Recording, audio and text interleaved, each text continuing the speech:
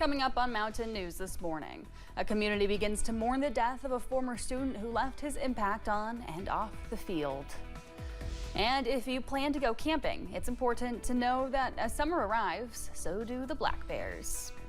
Dedicated to Eastern and Southern Kentucky, this is WYMT Mountain News This Morning. Good morning. I'm Amelia Lee here with you on this Friday, May 9th. It is inching up on 5:30 this morning. And Megan, we have finally made it to Friday, so that's some good news there. And some other news as well, at least for me. Not a lot of fog, and that's been my main complaint this entire week, so I'll finally stop talking about it. Well, unfortunately, I still have to talk about the fog because while we're nice and clear for the most part here in Hazard, we're seeing some pretty dense fog for our southern counties. So just be careful this morning if you do encounter any of that dense patchy fog this morning.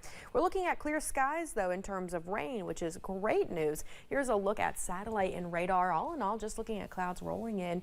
We still have some very slight chances of rain as we're heading through the next couple hours for our southern counties, but for the most part, we're just going to stay nice and dry for the remainder of the day. Current temperatures setting in the 50s across the region, seeing upper 50s in Manchester as well as London and Harlan.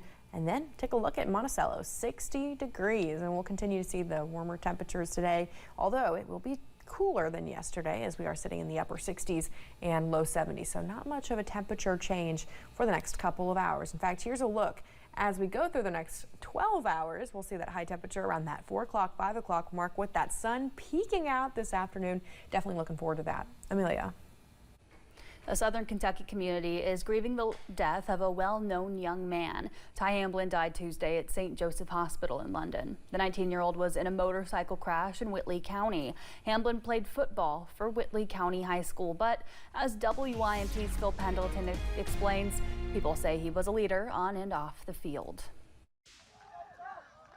Ty Hamlin was known as a fierce competitor on the football field. He's the toughest individual I think I've ever met, and so I think he would be proud to be known as that. He had several college offers but chose to go to welding school and start his career. He was going to excel at whatever he done. I mean, if he was out throwing hay with a bunch of us adults, he was not going to be showing up. He was not going to let you down, be the weak link. The accident happened on U.S. Highway 25 near Angel Lane. The Whitley County Sheriff says they investigated the cause of the crash. They say that he simply went around a curve and then lost control and crashed. You don't anticipate, you don't expect any phone calls like that as a parent, a coach, you know, educator. Like, you know, you invest in so many of these kids, and they mean so much to you, and you think about them a lot. Coach Reimer says Hamlin frequently came back to the high school and showed a lot of leadership skills. Just had a really contagious spirit, attitude, personality, presence about him that I think kids looked up to him. I think teammates wanted to be around him. I think adults admired his work ethic, his dependability. Was always going to put his best foot forward. Hamlin played offense and defense nearly every down. It's easy to see why coming off the field of life now is so hard to take. In Whitley County, Phil Pendleton, WYMT Mountain News. A funeral service for Ty Hamlin will take place at 2 o'clock Saturday afternoon at Ellison Funeral Chapel in Williamsburg. The visitation will be from 5 to 9 today at the Whitley County Middle School gym. An Eastern Kentucky man was indicted in connection with the death of 17-month-old Elena Hembry. Harvey Gallahan was indicted on 1 count of murder and 3 counts of criminal abuse by a Bell County grand jury. It says Gallahan committed the offenses between July 4th and 30th of 2023. A notorious Eastern Kentucky killer stays on death row. Benny Lee Hodge and accomplice posed as FBI agents when entering the Letcher County home of Dr. Roscoe Aker in 1985. Hodge was convicted of killing Aker's daughter Tammy in 1986. His death sentence was upheld Wednesday after a 3-judge panel overturned his sentence last year. Hodge is now 73 years old. 2 people pleaded guilty in connection to the 2022 death of a 3-year-old in New Tazewell, Tennessee. Police were told the child fell while eating, and they say the boy had bruises, scratches, and a long bruise on his spine. Aaron Smith pleaded guilty to murder in the case. He's going to prison for life. His girlfriend, Alexis Payne, will spend 20 years behind bars for aggravated child neglect. A West Virginia man wanted in Texas was arrested in Pike County. David Argueto Marquez was arrested at a job site in the Kemper community. Officials say he was wanted for aggravated kidnapping and aggravated sexual assault of a child in Texas. It happened back in 2022 when Marquez and 3 others reportedly kidnapped a teenager at gunpoint. 2 wanted men were arrested in Hazard. Police say Brian York was arrested on a federal supervised released violation for an original charge of conspiracy to distribute.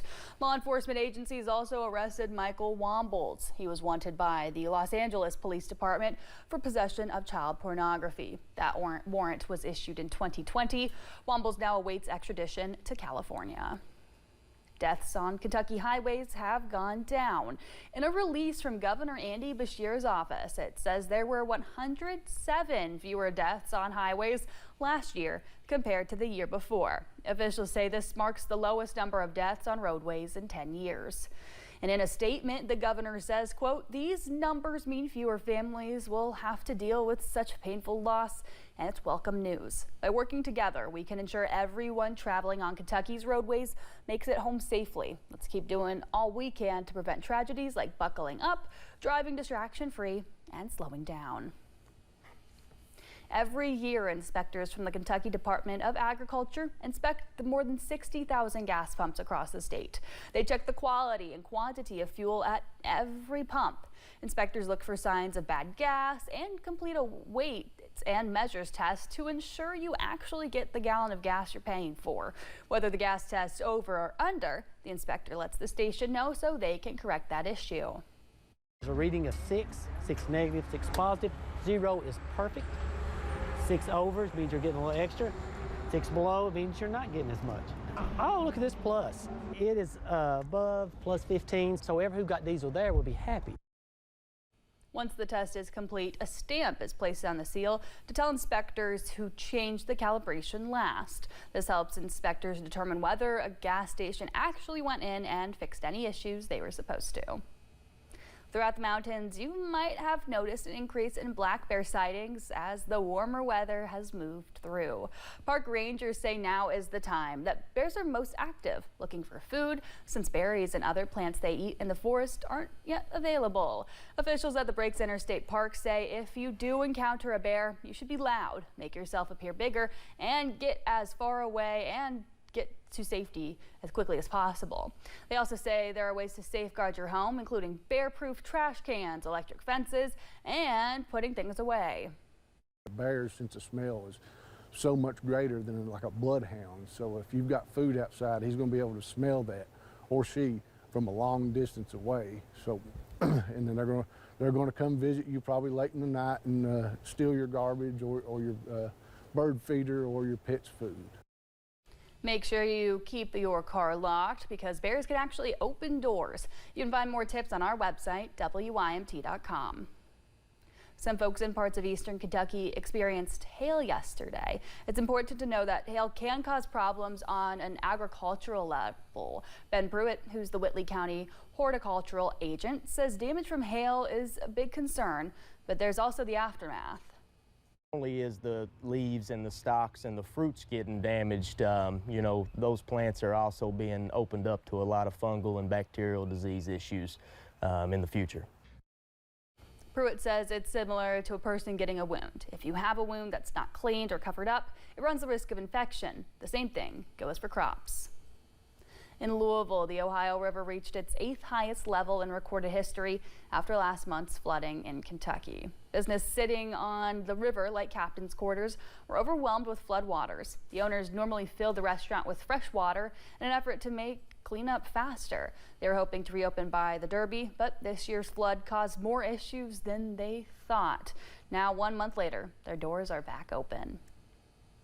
Kentucky Kingdom in Louisville revealed a new park area that highlights all things Kentucky. Discovery Meadow is opening the theme park's new season this weekend. Officials say this newest area is more than new rides. It's about celebrating Kentucky's natural beauty. There are also 3 brand new attractions as well as reimagined experiences. Officials say the $25 million investment is an opportunity to connect people to state's horticultural and more. And we're seeing investments all across the state of Kentucky around entertainment, around tourism, and around investments for jobs and creation for our rural communities. And that's what this represents here today as well. Being able to bring people in from all across the region, being able to bring them in from here in Louisville, and to be able to bring them in across the state of Kentucky to give them a little bit more of a sample of what agriculture looks like in the Discovery Meadow, to educate these kids, educate these families. Kentucky Kingdom officially opened Saturday, but season pass holders get an exclusive first look today. It's 5:39. I scream, you scream, we all scream for Pop-Tarts. At least that's what you might say soon with the brand's own ice cream. And temperatures are remaining cool today and tomorrow, but warmer weather is ahead.